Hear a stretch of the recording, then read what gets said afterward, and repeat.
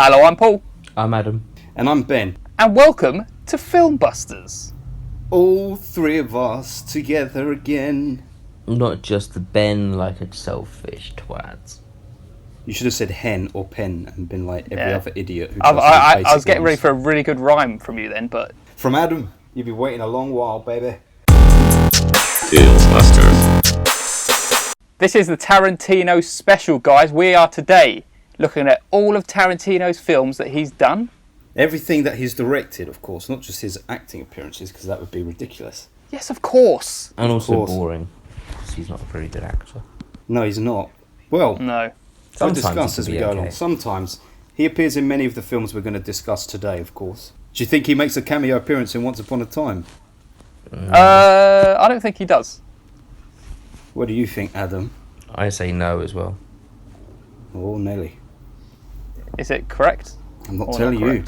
Oh, okay, we'll discuss that in the next podcast, I guess.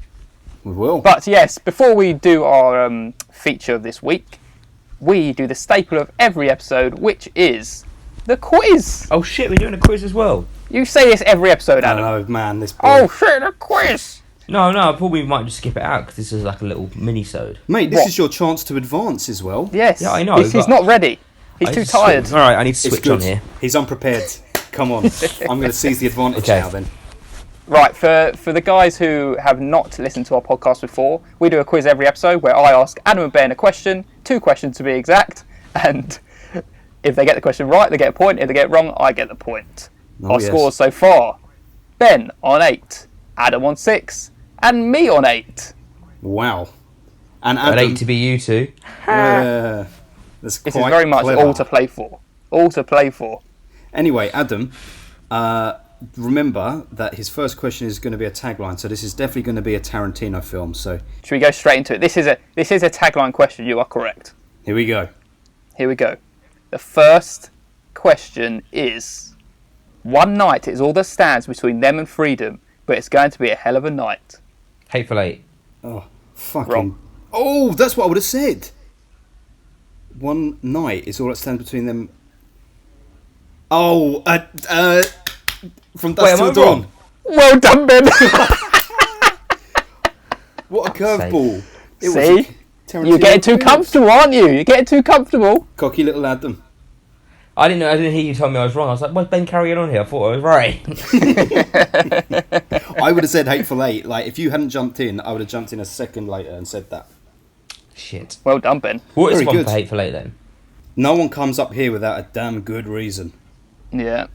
Silly. Good tagline. Silly tagline. You think it's silly? I think it's quite good. Lazy. I like damn in it. That's like asking your parents, oh, I've made a film about this. What should the tagline be? Oh, just say, nobody comes around here without a good reason. Yeah, okay, that's a good tagline. Fucking idiots. Just like that. Yes. That's exactly how he made that tagline, actually. It is the worst. Good news for Benny. Well done. Tearing away. Shit. Adam can't catch you up this episode. Ooh, but I could. Come on then, big boy. But will I? We'll know in this next question. Are you ready for it? Oh, yes. Okay. On your marks. This is a Reservoir Dogs question. Fingers on voice boxes. Bop. That's the man from South Park. Bop. Okay. Bop. In Reservoir Dogs, what is the name of K. Billy's segment on the radio? Oh. Super Sounds of the 70s. Yes! Well done, Adam! Yes! Yes! Well done. I was going to say Super Sounds of the 80s. I was like, well, shit, which one is it? That was a good question. Yeah, it was, wasn't it? I was getting prepared. When you said what name, I was trying to think of all the characters' real names. Oh, yeah. And I thought, oh shit, I can't remember any of them. I really can't. They don't all have them though, do they? Harvey Keitel reveals his name. Mr. Orange's name is revealed. The only one whose name isn't revealed is Mr. Pink. You hear everyone else's real name. Oh yeah, because yeah. Mm. And he's the one who makes it to the end and then gets arrested, which we'll talk about in a minute, perhaps. Yes, we will. So at the end of that quiz, the scores are Ben on 9, Adam on 7. And me on 8. Look at that. 7, 8, 9. See, this is what happens when you stop cheating doing really hard, stupid questions. Oh, yeah. cheating, yes? What that means is any questions about any films before the 90s, because Adam can't remember that far back. No, he can't. I wasn't Because born, mate. he wasn't born back then. Nor were you, to be fair, Paul. Neither was I, but I like pay attention. Right, should we go to the feature of the episode? Yes, yes. Beautiful. The main event. Here is our feature topic, plus Adam might do a rubbish plot summary. Are you fucking serious? Right, so we are talking about Quentin Tarantino's films. There are 10 in total. We are splitting Kill Bill into 2 films because it's not one film, Quentin Tarantino. And we're also talking about 4 Rooms, which is basically like a film he did with a few other directors as well.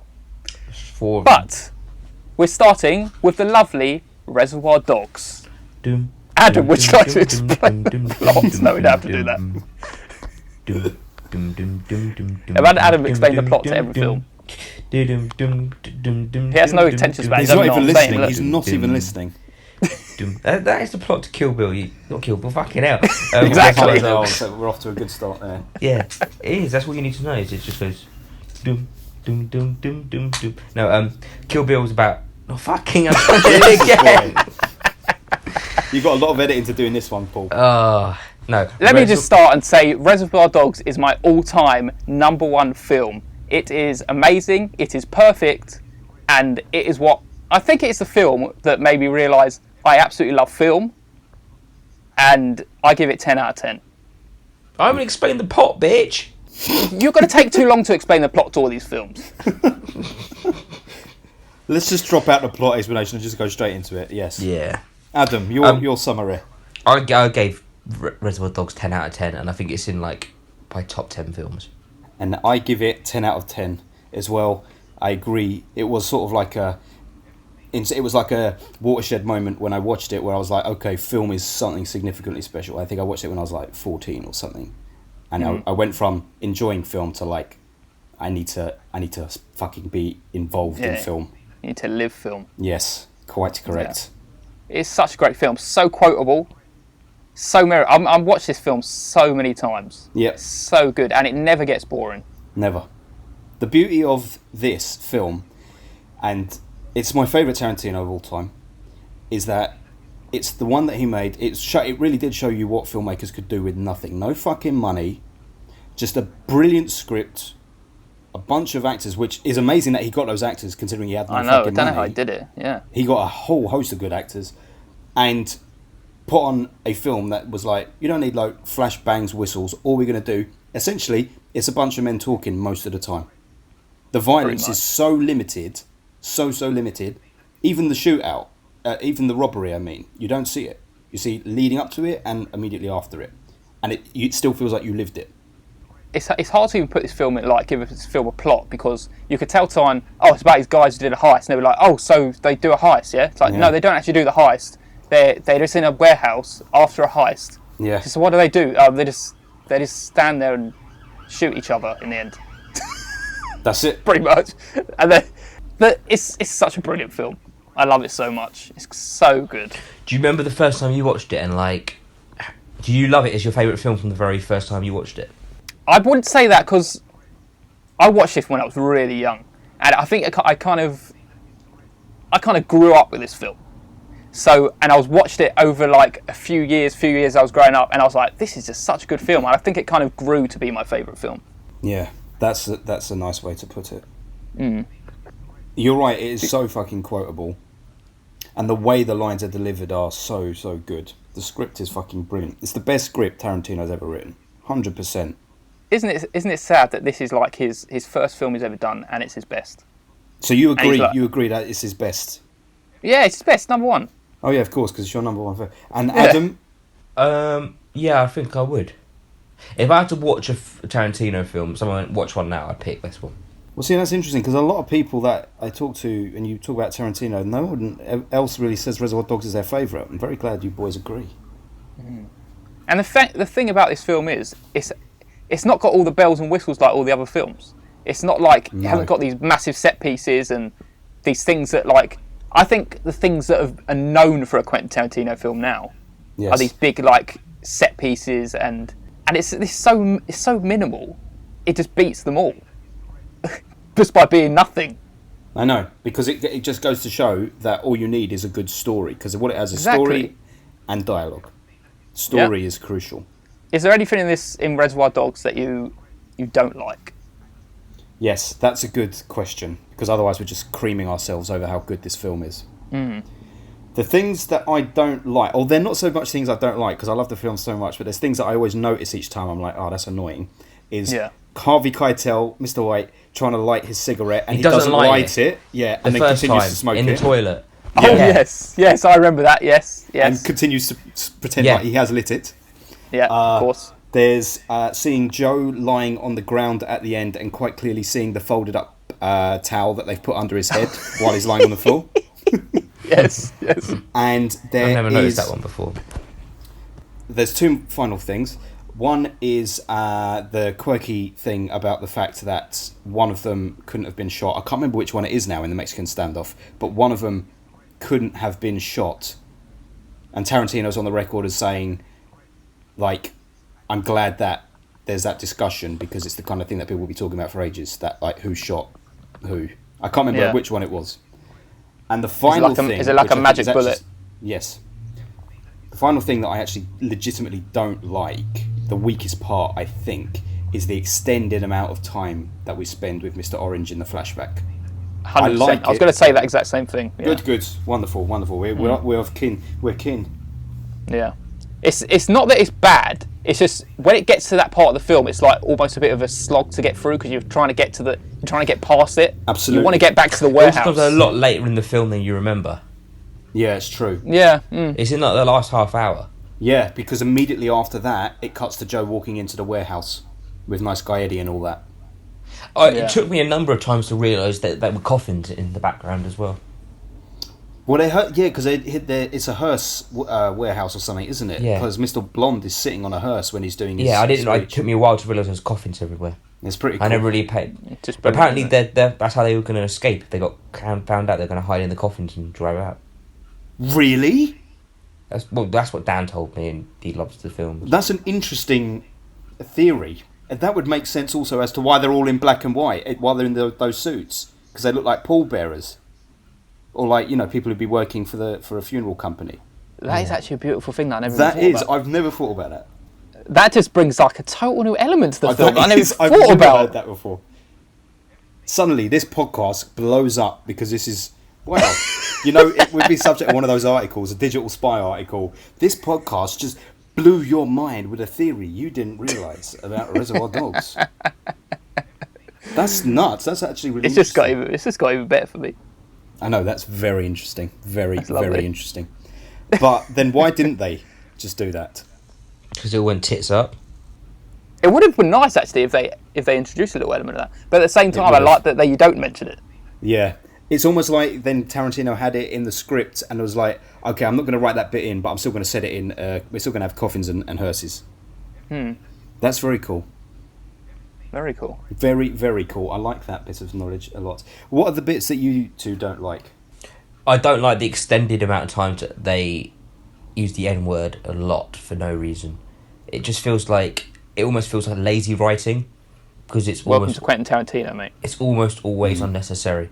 It's almost like a lack of imagination to put into it, and it's almost... Yeah. I think that... This is a whole other issue to speak about, but it was only recently when I first watched it, it kind of stood out a bit more than it had before. Which bit specifically are you thinking of? Mr. Pink's bit? Yeah, I think so. What does he say? I can't remember the exact lines he said, but there's a number of times throughout You can... There's a couple of times where it just it's like the first half of the film it's okay, it's towards the second half of the film it starts getting picked up a lot more. I think I know what you mean, and I can imagine people complaining about it, but I think he's just thinking this is how people would talk. These criminals, because you're dealing with criminals, would talk. I think it's the part where they're in the car when they pick him up. They pick up Mr. Orange for the first time. Remember, they were outside of his apartment. Yeah. And they get in that car and they're doing that journey. I think it's in there. They tell the story about Lady E. Yeah. Super gluing his dick. To his belly. How would you feel if you had to piss doing a handstand? I get that. Yeah, I think that's a common thing with all his films. Really, he's not shy with using that word, is he? He uses it. He doesn't even use it for shock factor. He kind of just peppers it into his film without even acknowledging that it's bad. The next time that he does it, the most gratuitous time he does it is in the next film we're going to talk about, and he's the one saying it. And yes. Well, we'll get to that. And yours, Paul? I said same as you. I was going to pick exactly the same stuff as you. Very good. I just find that Mr. Pink not lighting a cigarette kind of funny, though. It doesn't annoy me. Because it's the way they just carry on like nothing. Mr. White, isn't it? Yeah, Mr. White, sorry. White, yeah. That's it, sorry. It's like stage acting. That's where you can see it's an amateur kind of production, and I kind of like that. Well, it's almost like he hasn't lit it, and he knows it's gone wrong, but he just carries on. You act like nothing's happened, and you just carry on the scene. It's almost like maybe they were just playing the scene out before they were actually going to film it, and then they're like, actually, that was the best take. What? All right. What's everyone's favourite line from it? I've got my favourite line already. Go on. Ooh. I'm fucking dying.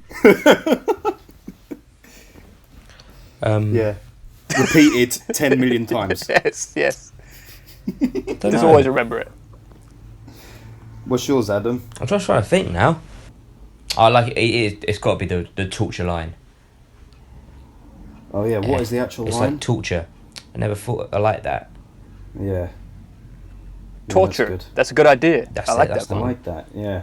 That's used in the Smooth Criminals song. Sampled. Not Smooth Criminal. Fun-loving criminals. Fun-loving criminals. Yes. Michael Jackson dropped that bit. It's Smooth Criminal song. All right. So shall we transition then? Yes. So Wonderful. that is a lovely film. Let's go to our next one, which is Pulp Fiction. This is going to be an interesting one. Pulp Fiction for me is another 10. I don't love it as much as Reservoir Dogs because it feels sometimes it is that kind of you pumped a bit of money into it and now this is what you get and you kind of lose a bit of the. But I still love it. It's still 10 out of 10. I know you're not a massive fan of it, are you, Ben? Well, I think it's his second most overrated film that he did, and I gave it a 7, which seems a little harsh, but I stand by my 7. Never back down. Never.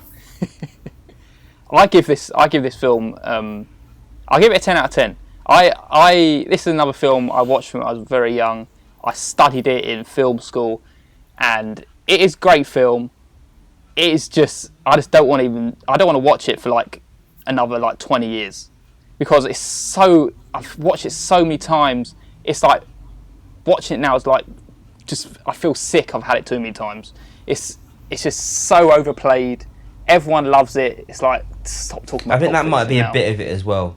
It's a bad film. It's just It is. It's a great film, and it's the so first quotable, Tarantino and everybody film I quotes it, and it's just like, okay, just leave it alone now. We need to put this in the cupboard. We need to put this in the Disney vault and leave it there, and then bring it about in about another 30 years. The Disney vault? Yeah, it's put in the Disney vault. What other companies put stuff in vaults apart from Disney? So I'm putting it in the Disney vault. I never knew Disney That's a did weird that. comment. I didn't know they did that either. They do. They put their films away. They never have their films on sale all the time. They put them in a vault and then bring them out at Christmas. They put Walt Disney in the frozen cryogenic thingy. Yeah, yes. he's in it. His head's frozen. He's in a vault, so he can come out in the future and be the new Hitler. Exactly. The thing about Pulp Fiction that I don't like is the real lack of any tangible story that I'm supposed to give a fuck about. It's true. There's no story. It's another. There is series a story. Of vignettes. It's just a broken story. Okay, I tell you what. Actually, the whole stuff that involves Samuel L. Jackson and Travolta is the best part. and Uma Thurman, all of that, I'll take. Right, that's where it gets its 7 points. It gets almost no points to me for any of the Bruce Willis stuff, apart from when he blows away John Travolta. Yeah, that's the slog of the film. I find Bruce Willis's girlfriend way too irritating. So annoying. Super annoying. She's meant to be annoying. I got a pot belly. I got a pot belly. She's meant to be annoying, but she is so annoying. Like, unbearably annoying. She is the first incarnation of Quentin Tarantino's. Yes, Quentin Tarantino's inability to write A woman. good female characters, and I'll come back to this as we go through the other films. Because for every Maya Wallace or Kill Bill or Jackie Brown, where he has a female lead, he counteracts it Yeah. with a very inept, ditzy, stupid woman. That's true. Yes. Would you say it in Kill Bill as well then? No, well, we get to that after. Yeah. We get to that. Yeah, I can see where you're going with that. Yes. I mean, I can see where the slog is the Bruce Willis part. It's again like the Mr. Orange part. It's when you get to that part, it's like, okay, yeah, we can hurry this part along now. It does seem to drag a bit. And this is Tarantino, though, isn't it? He can tell a great story. You can enjoy so much of it, but it's when he decides to do his, now we're going to follow this character for 10 minutes in this situation. If you like the situation, great. And if you don't, it falls apart. Yeah. And, like, imagine that it wasn't talked about, it had no hype. You'd watch it and you go, that was a fucking cool film. But it is the level of expectation and hype that makes you think no. And it does lose points for the Bruce Willis thing, because that's just not an interesting storyline, man. And even the whole GIMP thing, I don't find that funny or amusing. It's just, and that's another thing that's so overplayed in pop culture as well, that whole scene. Yeah, that whole scene is totally... I do like the diner It's scene, hard. though. That is my favourite. What, the one at the end? Well, just I think both of them. I like the one at the beginning because you kind of know what happens at the end.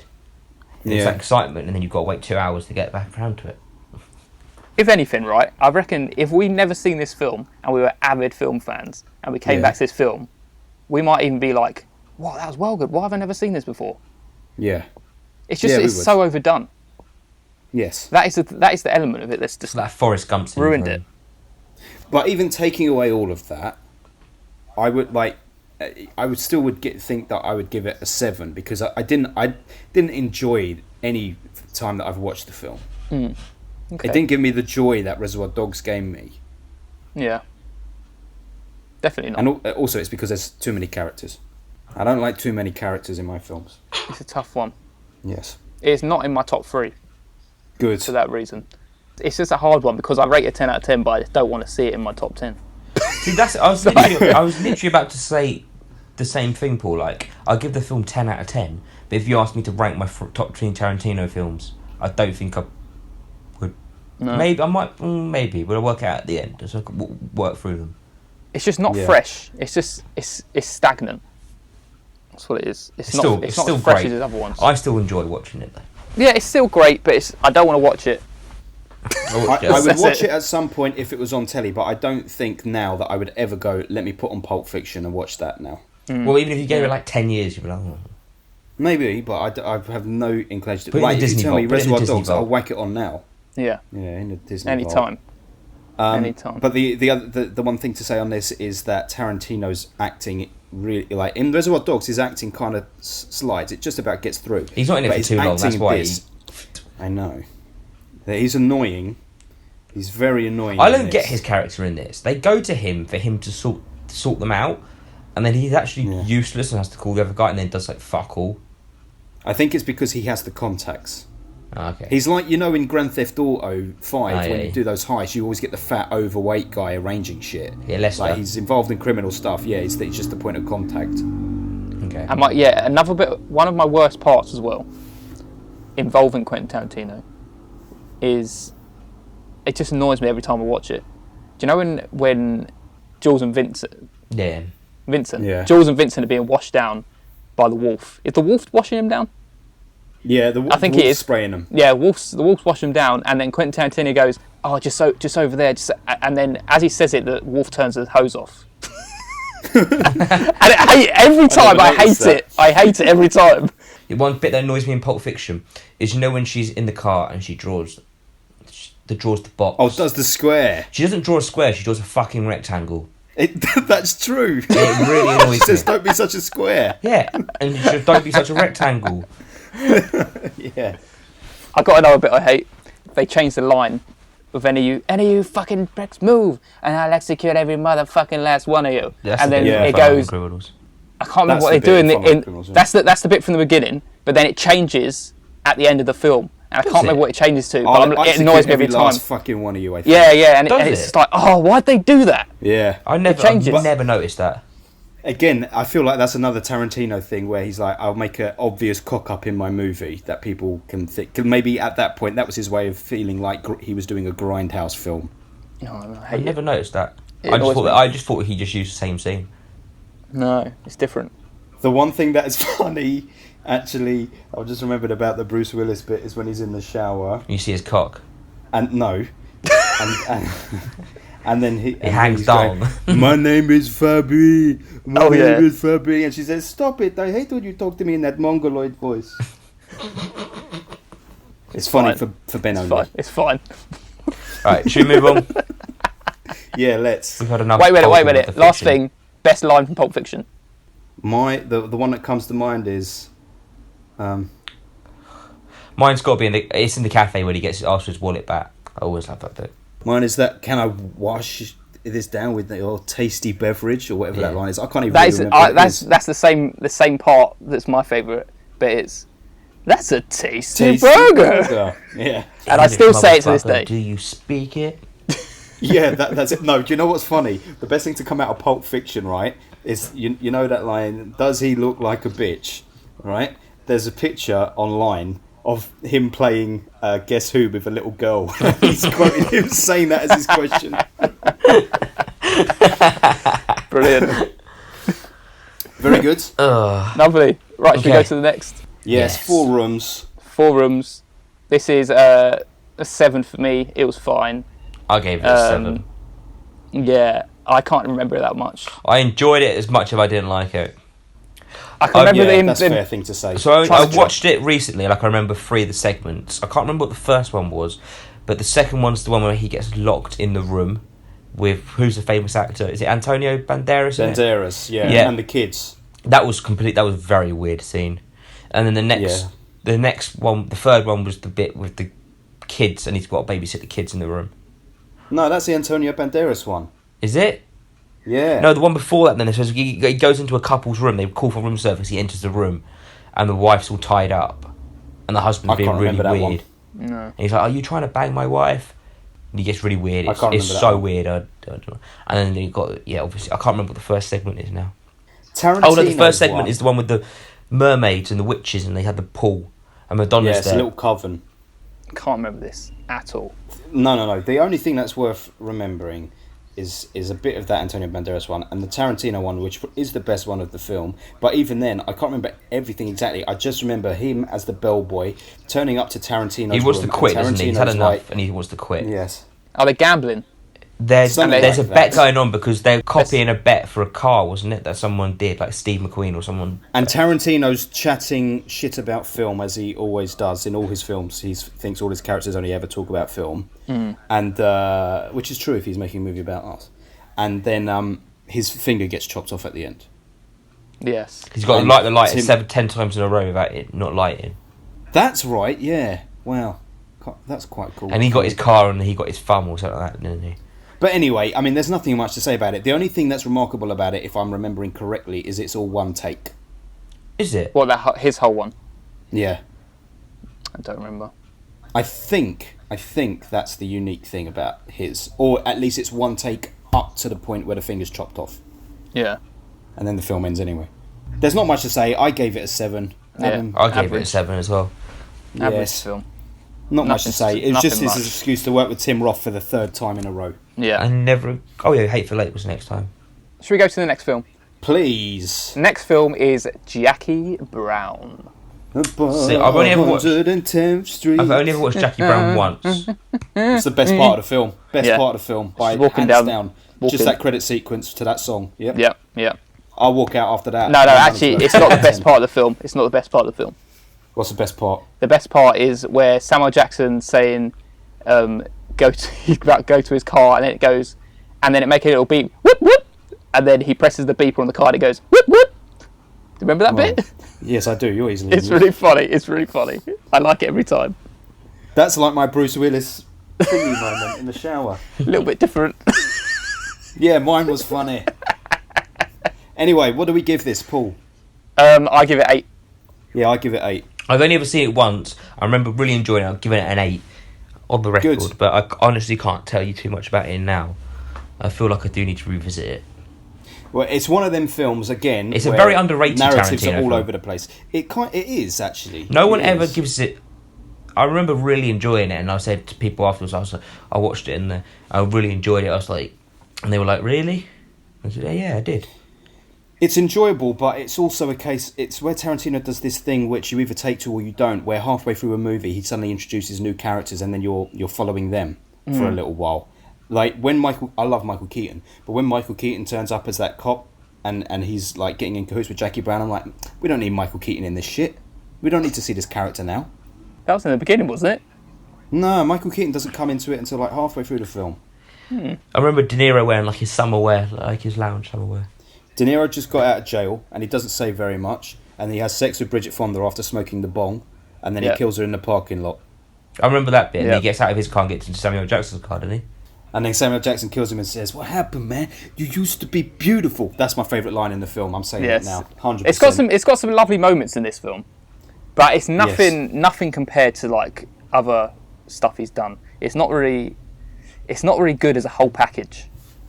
I'm not invested in the main story, that's for sure. I can't even really remember it. It's just handing off some money. Smuggling drugs, isn't she? Yeah. It's all about bonds. I'm not invested in that. And also, what's his name? I do not find a good actor in it. Robert Forster. He's too like. Is he the Bond man?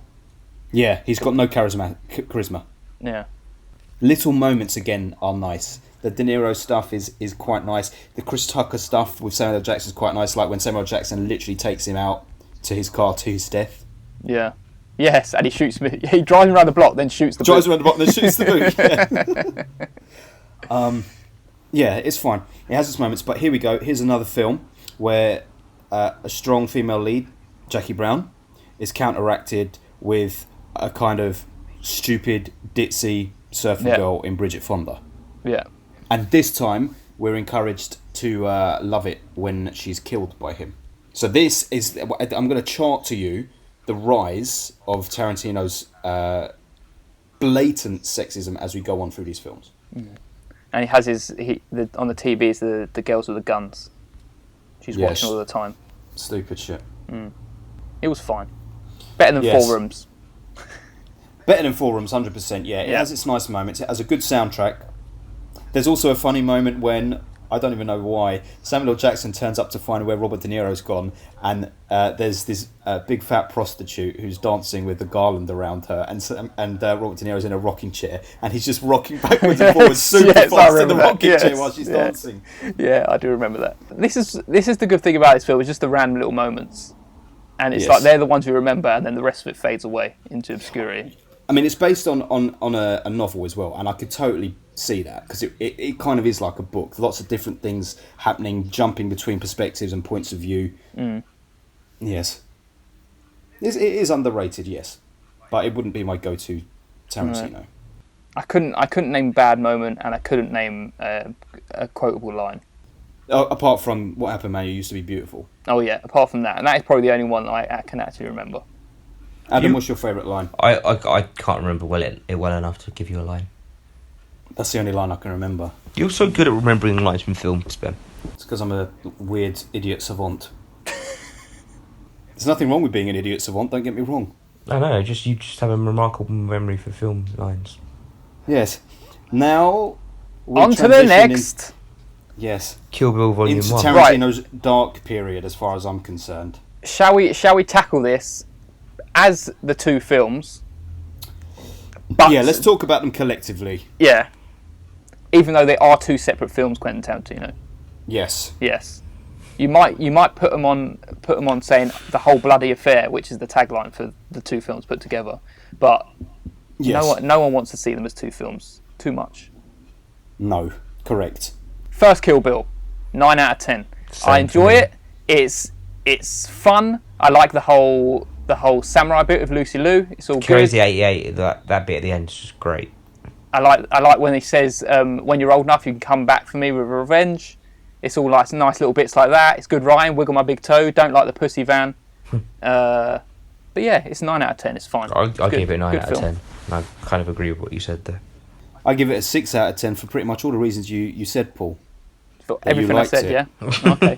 The wiggle your big toe was annoying as fuck. I remember seeing that in the cinema going, this is so boring. The pussy wagon, I absolutely fucking hated, Yes. of course. The I whole liked rape it. storyline, again, creating a strong female lead, but you've got to put in some seedy characters like that because you've got to have your fetishism. You've got to have your fetishism for your male pigs who are going to see the movie because they need to see someone who's almost raping someone, absolutely, in a Tarantino movie. That's what they're That waiting whole for. thing- yes, they're waiting for that shit. The whole the whole Crazy 88 thing left me totally cold. Didn't care anything about it. Then we got to have the fetishization of the schoolgirl at the end as well, with her mace on the chain, and then the slicing off of Lucy Lou's head out in the snow at the end was all style, no substance. Didn't think that was clever at all. You got very ranty there. Your voice was doing it about 100 miles an hour. Did you like Did the animation? Worst. Huh? Did you like the animation part? That was okay. I thought I liked it. That The whole thing with Vivica Fox is forgettable, apart from the fact that she shoots her through a cereal box. That's the only thing I can remember from that scene, and that was good. But the rest, that whole thing of when you're old enough, hunt me down. Please don't, because you know what that means. It means that will be his final film, and I don't want that. I don't want any return to this. Yeah, I don't want him to come back to this either. No. That's Kill Bill 1. Yes, Kill Bill, Kill 2 Bill 2 is weaker. I rated slightly higher, 7. I went the other way Oh, around. really? Come on. All that, 7. like, that master ninja person, really annoying, so boring. I hate, what's his name in it? Michael Madsen, he's annoying. No. See, here we go. And now, and funny, because we are exactly the same reasons why I prefer it. Michael Madsen's character, Daryl Hannah can drop out. Michael Madsen's character and the drunken master that she goes visit, because I think at the time I'd been watching some Jackie Chan films like Drunken Master and stuff like that, and it seemed like quite a good parody of, or not parody, like an imitation of those. I quite liked it, and I liked her face off with Bill, ending with just hitting all those pressure points at the end. But I still didn't think it was very good. See, that's the thing. You gave it a 7. Paul gave it an 8. Yes, What'd you that's give the it? funny thing. I gave it a 7 as well. I don't really care for the second part of Kill Bill. Paul, how can you give it an 8 when you've just criticised the hell out of it? Because that's what happened, because you were coming in with the positives, I had to come with the negatives. Yeah, but how can you give it an 8? Because it's fine. But Fine, you these are the shouldn't give reasons an why I 8 to a don't like it as fine much. film. These are the reasons I don't like it as much. It's still a good film, but there's a lot more annoying elements than there is in the first Kill Bill. Is it the second one when she's in the car at the beginning? It's all black and white, and it's got the the Black Eyed Peas. What's the song original called? Obviously, Bang Bang. It's not that one. You shut me down. Bang Bang, My Baby Shot Me Down. That was sampled by someone, but not Black Eyed Peas. Oh, It's, I've confused myself with the Black Eyed Peas. So ignore that bit. Nancy Sinatra, My Baby Shot Me Down, and that's not over the black and white carpet either.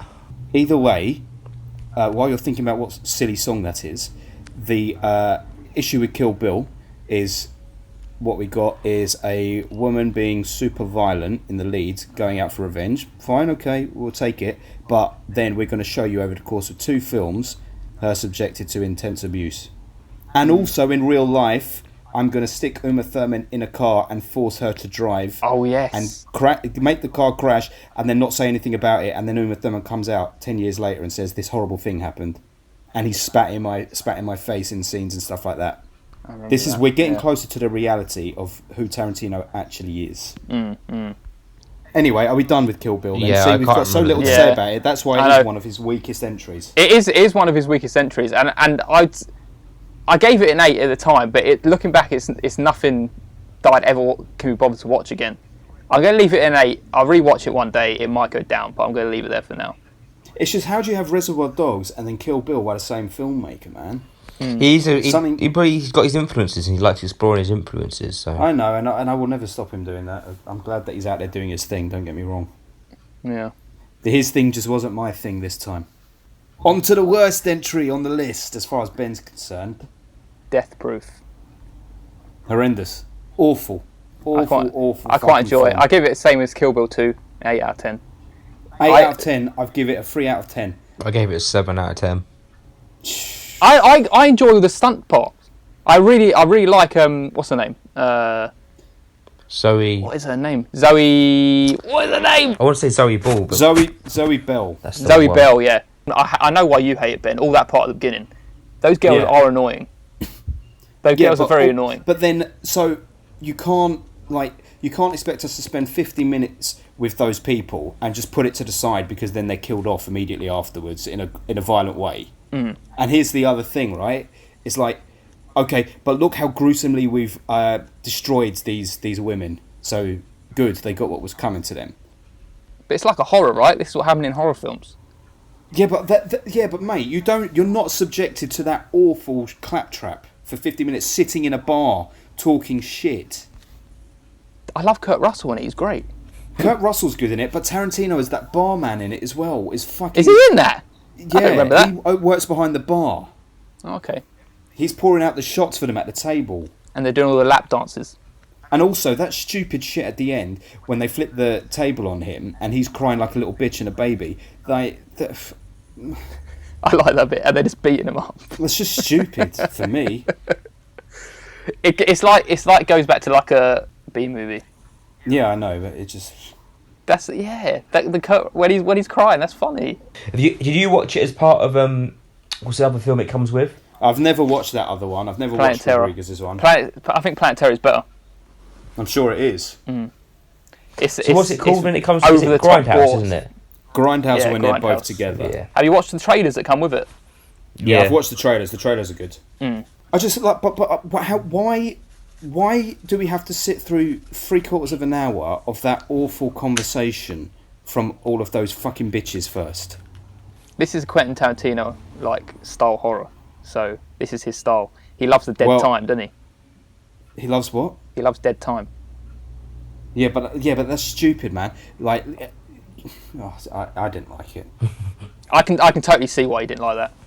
It's totally understandable. That's the things you hate about film. But yeah. I kind of enjoyed it at the same time. I accepted it was so stupid. What's his name? The guy who's the stuntman, Kurt Russell. I love Kurt Russell too, and he is the best thing about it. But I just don't like how he has to operate around all the women and whatnot, and he's really kind of pervy. I don't like to see it too much, but I do like the bit where he's at the crossroads with her, and he's like, "Which way you going, left or right?" And then she picks the direction, and that's like determining her fate. Yeah. And he says that line, I can't remember what it is. He's like, "I'm safe in this seat." Yeah, but to feel the benefit, you really need to be sitting where I am. Yeah. And then he smashes up the car. That's good. And I do like it when all the bodies are ripped up and everything. But I can't watch 90 minutes of shit around that just to enjoy 2 bits. Yeah, I know. It's not his best, but it's enjoyable. We agree to disagree. Yeah. Horrible. Once again, no quotable lines I can think of, apart from maybe that bit where unless you're sitting in my seat, but it's, again, yeah. I'm never going to say that in my life. There's no quotable lines because it's fucking... They just chat shit the whole fucking time. Mm. They're the worst type of people. Let's move on. Can I give you a little interesting thing? Yeah, go on. About it's not a spoiler for Once Upon a Time in Hollywood, but you can say whether you want me to say it or not. It's not a spoiler at all. It's just about an appearance. Just go for it. Mm-hmm. So in it, Kurt Russell plays a stuntman, and his wife is Zoe Bell. Oh, I knew she was in it, so I thought she might have to be, because she's a stunt woman, isn't she? Like I said, in real life, yeah. Yeah. She does stunts for Uma Thurman. Yeah. That's how she came about. Very good, clever. Yeah. Okay. Inglourious Bastards. This is lovely. Probably up there with one of my favourite Tarantino films. Yeah, number 2. I think I enjoyed watching this film probably the most. I think I only give it a 9 out of 10, but I don't know why I only put it down. Only? That's not an only, mate. 9's fucking high. But I'm saying, because it's my second favourite, put it above Pulp Fiction as my favourite Tarantino films, but I've given this a 9 and Pulp Fiction a 10. But it also, no sense. I know, I think I need to change it. But it also has the best opening to any Tarantino film. Yes, 100%. Let's talk about the opening in a minute. I give it an 8 out of 10, but it's in my top 3 Tarantinos as well. What do you give it, Paul? 10 out of 10.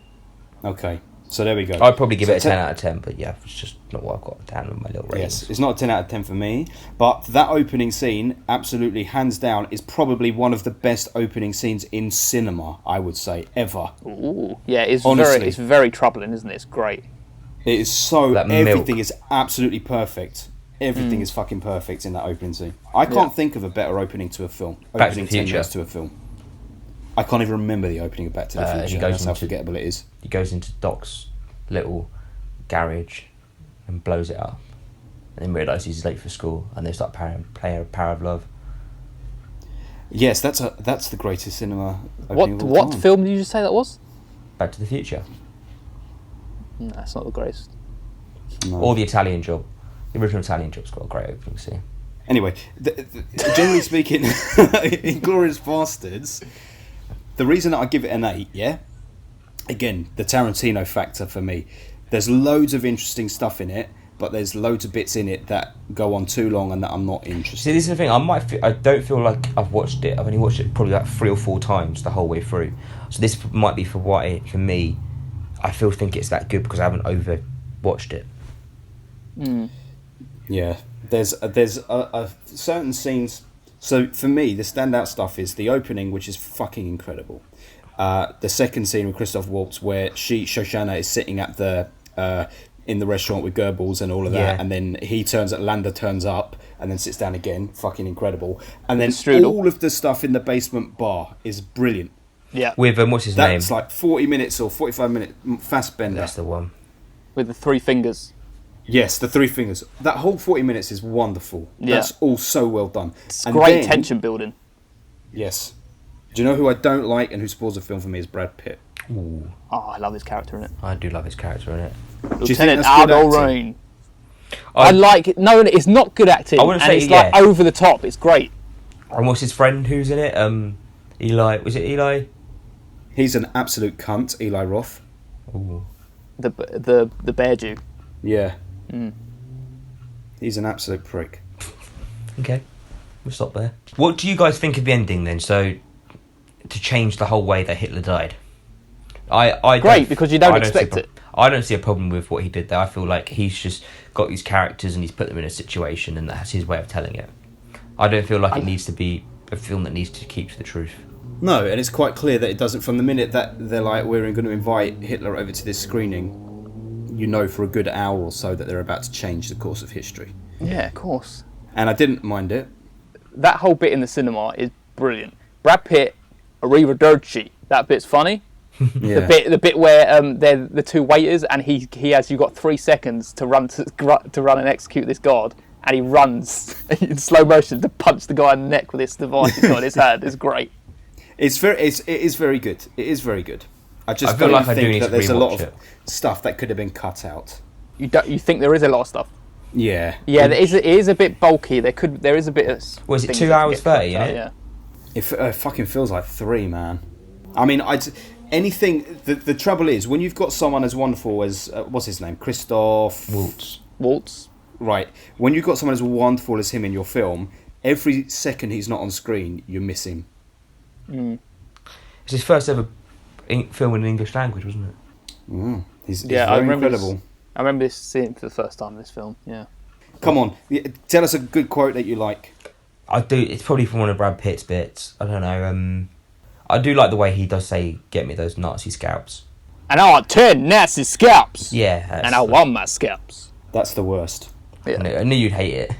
Yeah, that is. Cause I quite enjoyed it, but I It's saw it in quite. the trailers. It's a very cliche line from the film, but yeah. It's very cheesy. Yeah, but Yes. it's a silly film. Just I enjoyed it. Yeah, so did I. I was saying it's top 3, but I didn't like Brad Pitt's performance. That's why it's so bad. I don't like Brad Pitt's performance. Is that why My you think it's favourite- brought down the score? Yeah, mainly, but also Very it's a harsh. bit too bloated. It's a bit bloated in places, and Brad Pitt, I'm not very interested in. My favourite line is delivered in French, and it's when he's in the restaurant and he orders the dessert, and then she starts to eat, and he goes après la crème, because he's saying wait for the cream, and it's so Yeah. sinister. Yeah.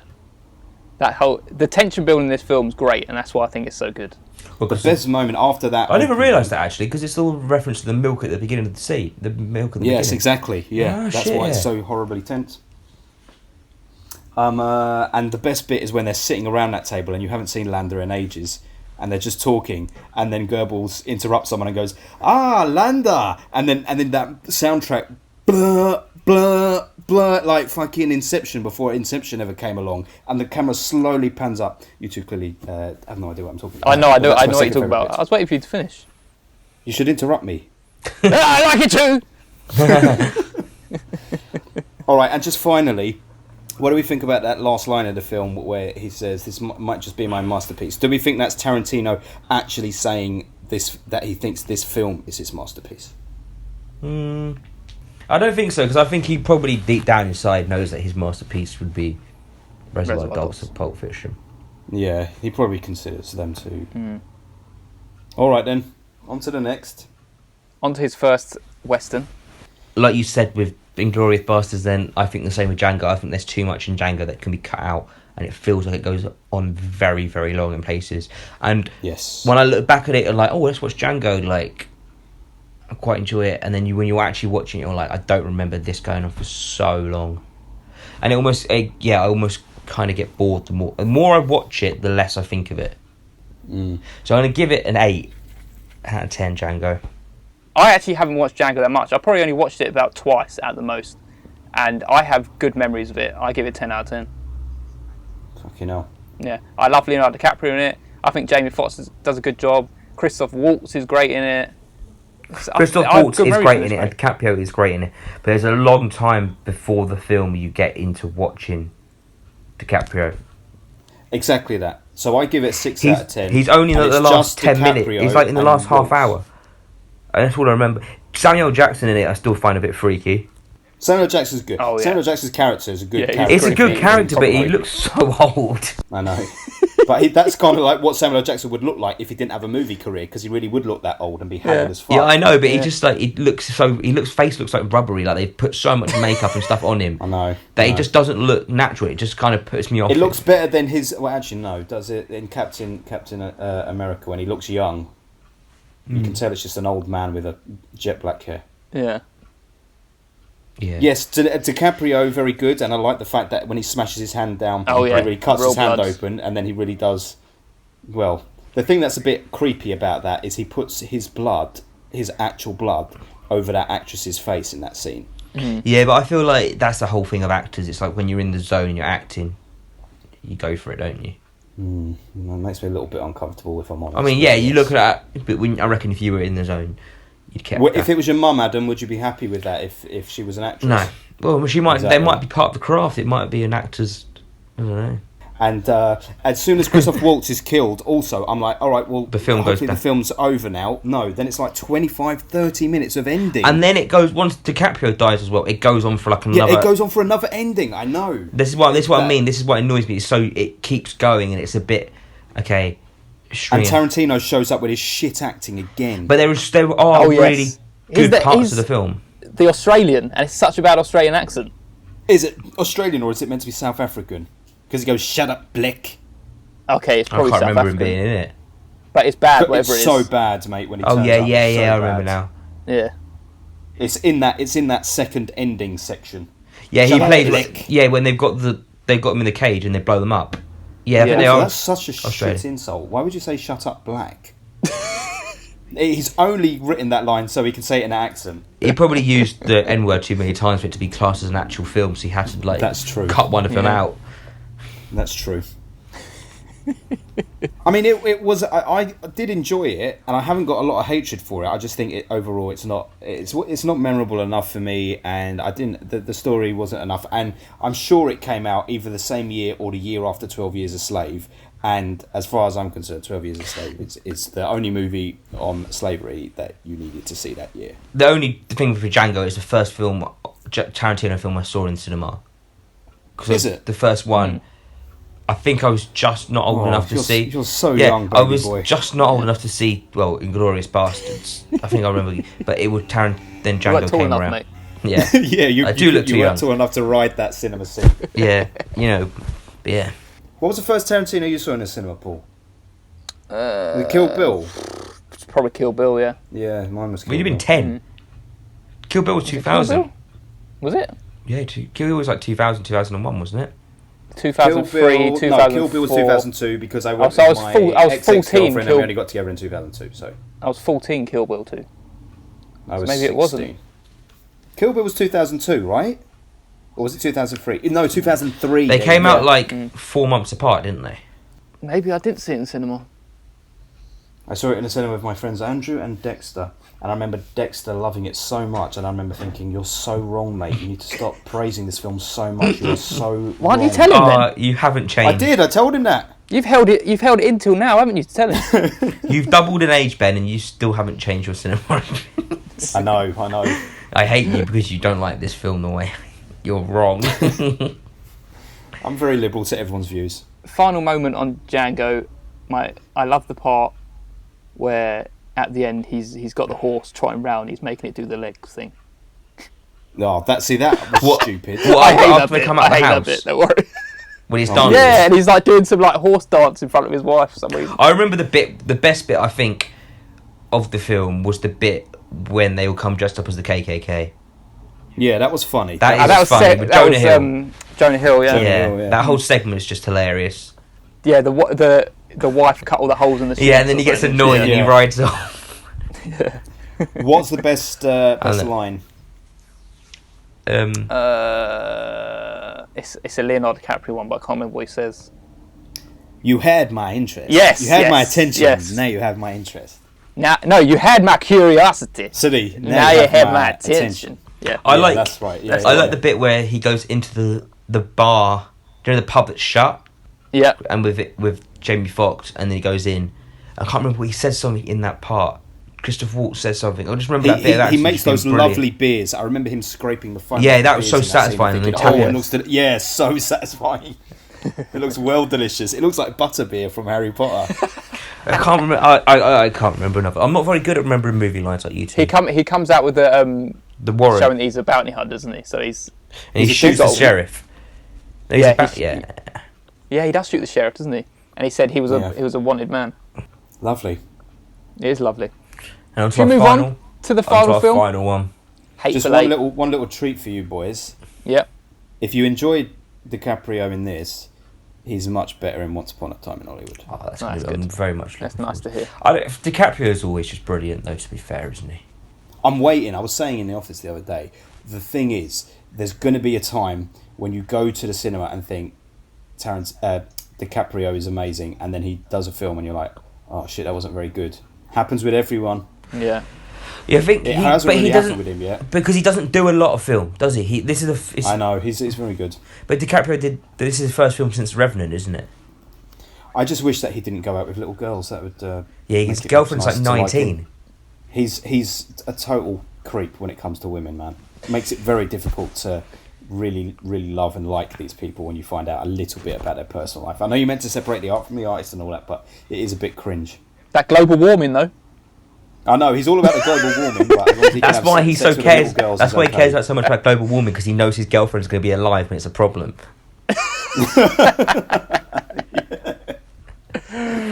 Very good. But he's not old though, good, is he? He's like early 40s, isn't he? Mate, he's old 45. enough, mate. He's old enough.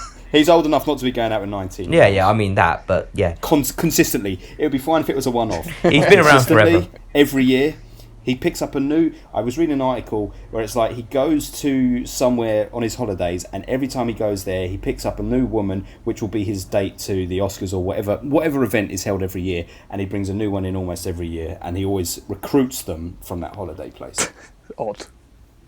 It's creepy, man. Listen, these are billionaires. These people live different lives to Yes. us. We can't expect to really identify with these fucked up people. Yeah. He's got his Oscar now. He's happy. I know. But normally it's the curse of the Oscar, isn't it? You get the Oscar and then you fuck up. Anyway, Silence. should we move on to the last one? Stunned to silence. Yes. Yes, let's On to move the on to last Hate one. for Late. Can I just say, sorry, this is the biggest gap in acting that DiCaprio has done in his entire career between films. What, this? Was it 3 Yep. years? 4 years. Fucking hell. Isn't that Really? nuts? Just waiting for roles. What's his normal gap, like 2 or 3? But he's like... The biggest gap that he's had in his acting career before this was between 2006 and 2008. There you go. Body of Lies and then Revolutionary Road. This is the largest gap he's had between acting. He's been doing a lot of like producing those, hasn't he, and all those nature documentaries he likes. I suppose he has. Yes. Anyway. All right, come on to the last film, boys. Last Right. one. Hate for Late. I give it a 9 out of 10. It's a very good film. I give it a 9 out of 10. Yeah. I give it a 9 out of 10. I'm so glad we all agreed on the very first and the very last. I feel, Yes. again, Hateful Eight is a very underappreciated Tarantino film, and I think 100%. it takes- It's my second favourite. I think it takes Tarantino back to what he is kind of good at. I don't know whether I've watched it twice, and I don't know whether I still can't work out if he's gone too far up his own arse with the acting and the script in it, but I just very much enjoy it anyway. Sometimes sometimes in it I'm watching it thinking, okay, like you think you're very good now, like you've got your head well far up your arse when you're writing this bit here, and you're trying to do this, but I still enjoyed it. Which bit are you thinking of? I think it's the first half of the film, and it's like because that's the interval, isn't it? Before the interval comes up, it's before then. I thought, okay, you're starting to drag this now, like you're just writing stuff for the sake of it. But see, what I like, as you boys know, my favourite stuff is stuff that's just mainly dialogue. It's just acting. It's just people in one room, so all he has and you is let them have it for this one. Yeah. Yeah. And also the whole thing of when we went to see it. I went to see him cinema as you, didn't I, Ben? We did. We saw it in a 35mm. Yeah. Or 70mm, wasn't it? Yeah, and they gave you the programme and the whole just experience about... And they actually did the intermission. Yeah. The proper... And then when you come back for the second part, they played the... You know she's playing the piano. Paul, did you see it at the thingy? No, I saw it in the cinema, so they didn't... So when the intermission came up, what happened? I can't remember now. Because she's playing the piano. Yeah, it doesn't... She plays the piano as it goes into the intermission, and then when you come back, so people can still get to their seats, they open the curtains, but she plays an extended version of the song. So people are still filtering in while that's going on the screen. It was quite clever. Why don't they just extend the intermission? I'd be pissed. I'd be running in like, oh, I'm missing it. Yeah. They just make the intermission 10 minutes longer or 5 minutes longer. Yes.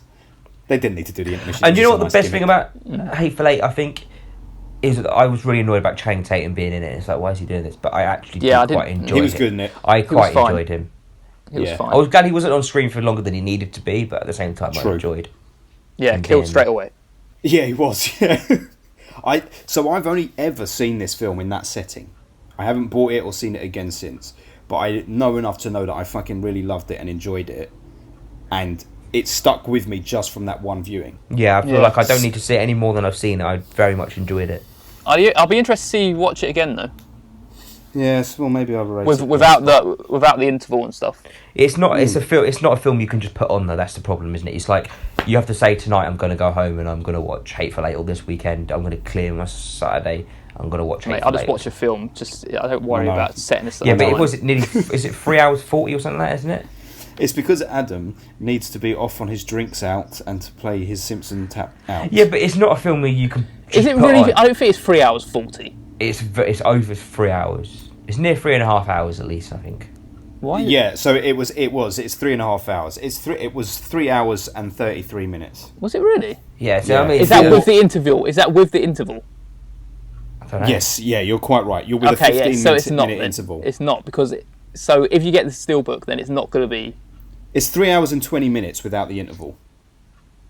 But interestingly, right, you go on IMDb and it says 168 minutes, then it says 187 minutes for the roadshow, and then it says 213 minutes extended 70mm print. So with a 50-minute interval, that still means that in that 70mm screening, there was 15 more minutes than was in. I can't remember what they would have been then. Well, maybe it was the extended bits of the. Oh, here we go. Look. It's right here on the trivia. So basically, there's 6 minutes of additional piano playing around the intermission, and then there's 9 minutes of scene extensions and alternate scenes that were peppered throughout. Okay. Interesting. I don't know what they were. My favourite person from this film, though, was Tim Roth. Yeah. When he changes. I love Kurt Russell again.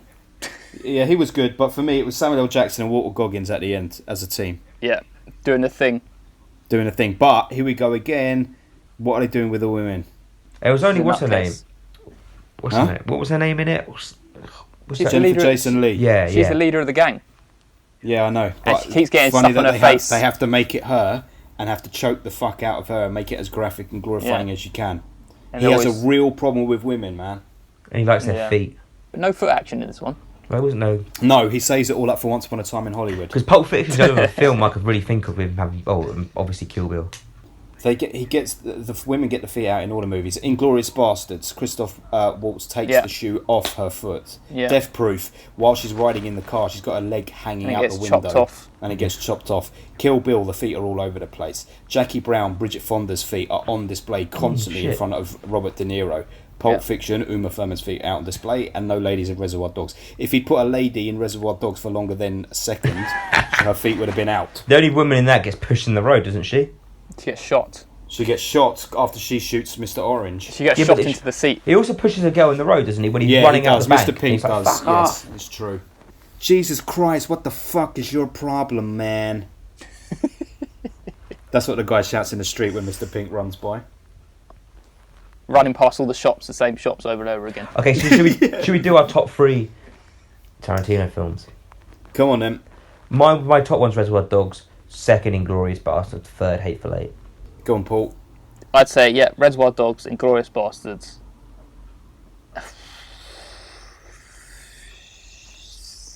I'd say Django, Wow. but yeah, I'll say Django. There you go. And what was the other one you were considering when you were saying, I'll say Django? Because I've lovely memories of Hateful Eight, and Oh. I'd love to give it to third place, but I've given it a 9. I've given Django a 10. Yeah, See, I'd give well, Pulp you've got to Fiction a stick to 10 the and rules. Hateful Eight a 9, and it's still there, personable, I think. It's probably because, like you said, you've seen Pulp Fiction too many times, and it has been. Yeah, I'm never going to give that to my top 3 because I don't want to see it. Mine's Reservoir Dogs number 1, Hateful Eight number 2, and in this moment I'm saying Inglourious Basterds number 3. I need to think about if it's Once Upon a Time in Hollywood, but I think it will stay at Inglourious Basterds. I will be very interested for our next podcast. I when really we hope I discuss enjoy and it, because dissect. I need to give a good film in these podcasts, because I've not given anything above an 8 this year. Yeah, you need to step up, mate. Give some We're points. going to have plenty to discuss. I'm sure we will. Are you seeing it again, Ben, before we do our podcast? Maybe. I might watch it again on opening night. We'll see. Lovely. I can't wait. We'll see. I'm very excited. I'm very excited for you to watch it. Yes. And that was our Quentin Tarantino wrap-up. It was. It We was. wrapped it all up very lovely and nicely. Unlike he does with some of his films sometimes. Yes.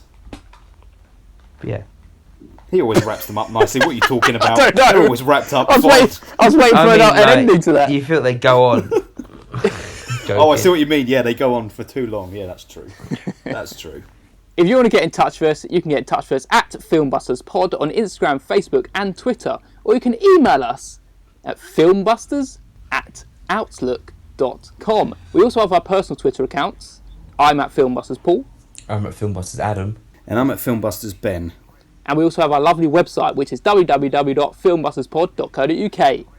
And please keep your eyes on the website and the Twitter accounts, because outside of the pods, we're doing a lot of reviews and a lot of extras that will be popping up on our accounts and going directly onto our website. So make sure you stay tuned. Yes. Tune in next time for Once Upon a Time in Hollywood. And shall we say that... how do we feel, final thought, about the fact that Tarantino says he's only got one more film left to make? I swear he said this about 5 times now. Whatever. Well, if he's going to make another film, then what happened to his third Western film so he can be a Western director? And then why is he doing a Star Trek film? Yeah, do you think he's So really going to what- do Star what- Trek? I don't What think about so. Kill Bill Apparently Volume so. 3 and that, was it Faster Pussy Kill Kill he was going to do Yes, as he's a well? liar. It's not happening. He said 10 and out. Well, we'll see. He won't. He won't do it. And if he He's- goes out on Star Trek, that's the biggest flop ever. Yeah. He's, what is he? I don't know why. Was he late 40s? He's 82. He's 82, okay. His girlfriend's about 82 years younger than him also. But him and DiCaprio pick up their women at the same place. And His girlfriend's not even born yet.